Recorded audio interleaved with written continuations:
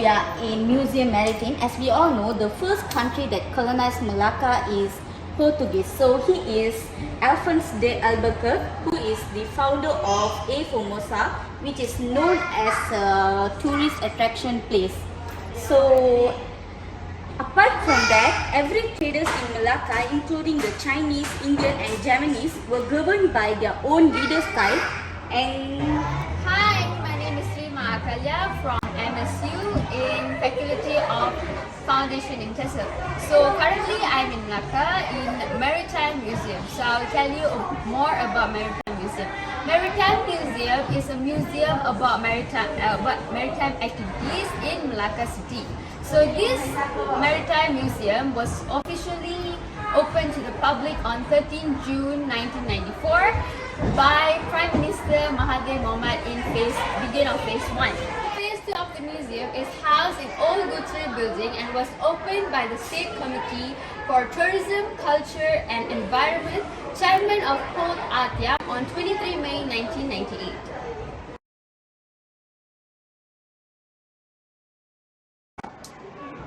what did you particularly learn from this Maritime Museum?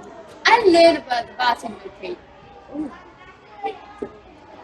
What is the barter trade? This system whereby a quantity of good belongings to one party is exchanged and for commodities considered for equal value offered by another. Hello everyone, so now today we are in Melaka Maritime Museum. So now we are with Miss Nadia. So where are you from, Miss? I'm from Terengganu. So we are going to ask some random question to Miss Nadia. So Miss, can you name any 5 tourist attraction places in Melaka? Kota A Formosa, Menara Tamin Sari, Melaka River Cruise, Museum Royal Malaysian Custom Department and also Pantai Klebang. Yeah. So let's move to the second question. Who is the founder of Melaka? Parameswara, or also known as Sultan Idris. No. Sultan Iskandar Shah. Yeah, Sultan Iskandar Shah. So let's move to the last question, which is which country colonized or conquered Malacca first? Oh, it's Portuguese. Oh, well done, Miss. Thank you so much for your time. Thank you.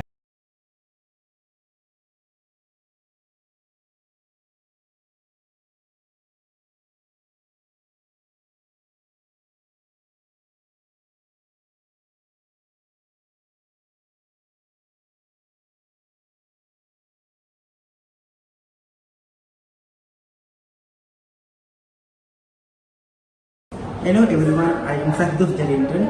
I am from MSc University.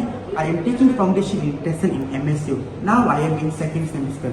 Okay, first of all, I am explain about the history of the Museum Kecantikan. That's called in Museum Beauty. The museum is established in 1996 in Melaka City, Malaysia. Malaysia, it is located on the ground floor of the former historical city Municipal Council building, which was built in 1960s and is thought to have been built over the ruins of a Dutch building. The building also houses the People's Museum on the ground floor and the Kite Museum on the upper floor. So hello everyone, I'm Srimani and I'm from Management and Science Committee, and I'm here to talk more about this beauty museum. So this museum has various of cultures which they So this museum displays various definitions of beauty from various cultures from the history to the present. And as you can see, this museum displays various nations such as skin tattooing, lip stretching from brownies, as you can see from these features. And heat filling, certification, heat shaping into oval shapes, and growth restriction. That's all from me. Thank you. Your name? My name is Ali Gulati. Can I know how long you've been in Melaka? Okay, let us move to the question. The first question is, there's a lot of historical places in Melaka, but which place attracts you the most? Exactly the most. Around The second question, there's a unique transportation in Melaka. What is unique? very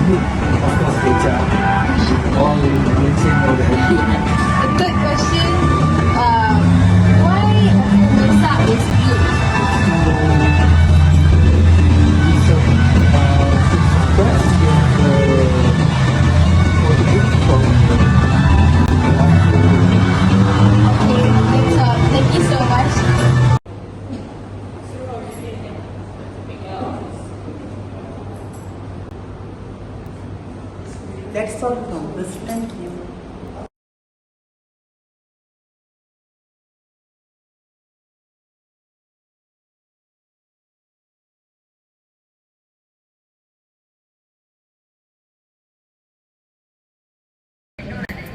Hello everyone, I'm Rima from MSU and I'm taking Foundation in TESOL. So today I'm at St. Paul Church. St. Paul Church is a historical church building in Melaka City, Malaysia. This was originally built in 1521. This was one of the most oldest church building in Malaysia and Southeast Asia. And also it is located at the summit of St. Paul Hill, and today it's one of the part of Malaysia Museum Complex. That's all from me. Now I'm going to pass to the next speaker. Hello everyone, my name is Ishanas and I'm from MSU taking FTESOL, and I'm going to interview Mr. Eddie. Okay, so I just want to ask you a few questions. So who built St. Paul's Church and on what year was it built? Originally, St. Paul's actually is not a church. Originally, it was in 1520 by Dirti Kelu. It was a chapel, Nossa Senhora de Itiru.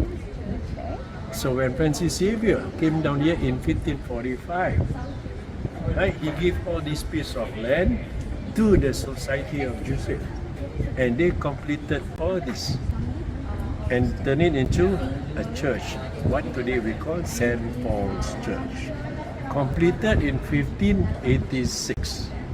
I see, okay, so can you explain more about this church? Well, it's one of the main places where St. Francis Xavier started spreading Christianity to this side of the world. Even from here, he spreads Christianity to Japan. He spreads Christianity to China. And this is the place. Okay, last question. Okay, oh, wow. Yeah. Would you recommend Melaka State to others, family members or family to visit? To know history, I think the best place is to come to Melaka, where you can really find out the roots of our generation or our ancestors. Without them, we won't be what we are today. True, exactly. Okay, that's all. Thank you so much, sir. Thank you. Okay. Thank you. Enjoy your day. Hello everyone, it's my turn. Okay, fine. Okay.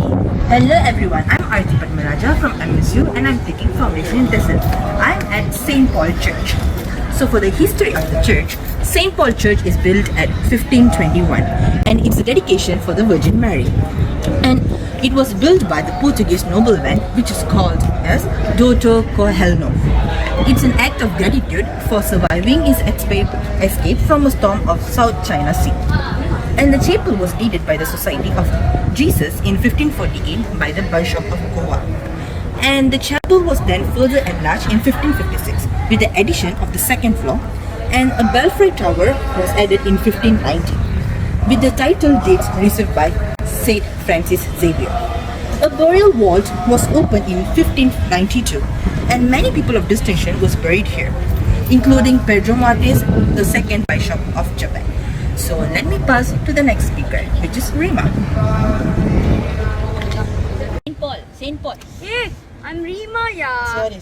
So for the next part is reconsecration and abandonment by Rima. Okay, so with the conquest of Melaka by the Dutch in 1641, the church was reconstructed for the Dutch Reformed use as St. Paul Church, also known as the High Church. The church remained in use as the main church of the Dutch community until the new Christ Church Melaka was completed in 1753. That's all from me. And that's all from us. Thank you.